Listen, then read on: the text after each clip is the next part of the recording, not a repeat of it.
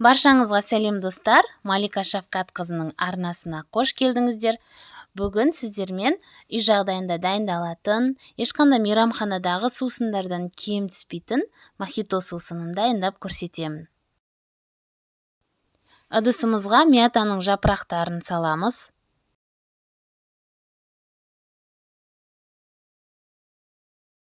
Сосын 50 грамм қант салып, жақсылап еземіз.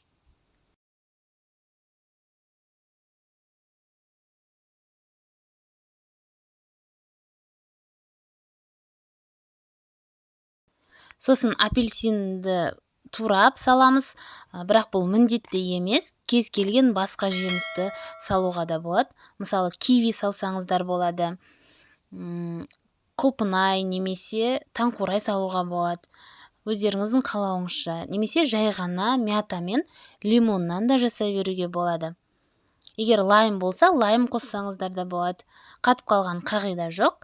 Оның үстінен газдалған су құямыз.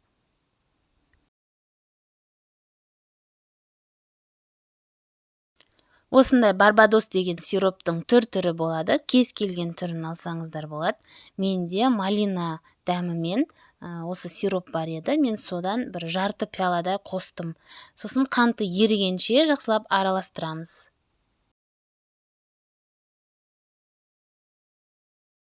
Мінекей мохито сусыны дайын болды.